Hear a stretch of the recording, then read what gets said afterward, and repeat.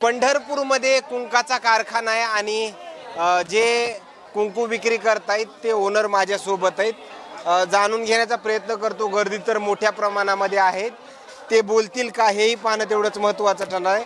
माऊली जवळपास किती कुंकाची विक्री होते? माऊली किती? खरं तर वेळ देखील नाही अशी परिस्थिती सिच्युएशन दिसायला लागली। ग्राहकांची गर्दी देखील मोठ्या प्रमाणामध्ये आहे। माऊली एकच मिनिट, माऊली एकच मिनिट त्यांच्यासोबत।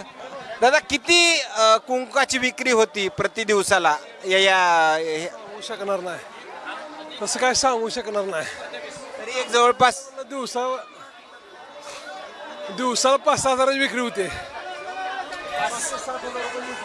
7,000ची विक्री। काय काय बनलं जातं इथं कारखान्यामध्ये? कुंकू, अष्टगंध आहे, हे सगळं पूजेचं सगळं साहित्य बनलं जातं इथं। एकदम नॅचरल पद्धतीनं पूजेचं सगळं साहित्याची विक्री केली जाते आपल्याकडे। किती वर्षापासून हे तुमची दुकान आहे? जवळजवळ आज्या पंजापासून आहे, म्हणजे आमची 4थी पिढी ह्या धंद्यातच आहे। 4थ्या पिढीपासून ह्या पिढीचा धंदा आहे। बऱ्याच कुंकानी जे आहे ते कपाळावरती थोडं हे होतं ॲलर्जीचं, त्याच्यासाठी काय काय काळजी घ्यावी लागते तुम्हाला? लावायचंच नाही। ज्याला ॲलर्जी आहे त्याला सोन्याची साखळी जरी घातली तरी एखाद्याला फोड होतात, त्याला सोनं घालायचं नाही। बरोबर। आणखीन काय काळजी घेतली जाते तुमच्याकडून? काय नाही, ह्यात काहीच नाही, म्हणजे ह्यात असं केमिकल असं काय नाही आहे। सगळं आपल्या खायच्या वस्तूपासून तयार झालेलं आहे। सर्वात जास्त विक्री कशाची होती? कुंकाची होती का इतर कोण? कुंकू, सगळ्यात जास्त कुंकू। बाकीचं 1 किलो कुंकू गेलं तर बाकीचं एक छटाक जात आहे। मग 10 प्रति दिवसाला किती किलो बनवावं लागतं असं काही सांगता येईल? असं काय सांगताय, समोर अंदाज असतं, ती काही एकदाच बनवून ठेवलं, ऊन पडलं तरच बनवायला येते।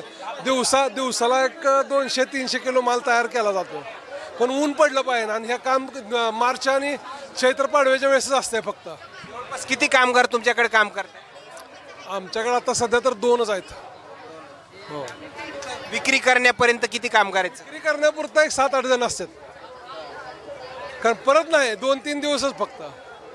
उद्या तर मोकळं होऊन जाईल सगळं। किती महिने अगोदर हे कुंकू बनवावं लागतं तुम्हाला? 4 महिने अगोदर तयार करावं लागतं। म्हणजे चैत्र पाडवा, मार्च, एप्रिल, मे, जून, जुलै परत नाही तयार होत। आता पाऊस असते, पावसामध्ये वाळणार कसं?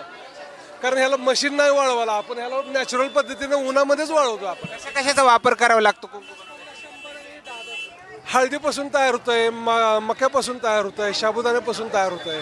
धन्यवाद माऊली। खरं तर गर्दी मोठ्या प्रमाणामध्ये आहे, तरी पण त्यांच्या आलेल्या प्रतिक्रिया आणखीन काही नवीन अपडेट्स या पंढरपुरातून मिळतील का हेही पाहणं तेवढंच महत्त्वाचं ठरणार आहे।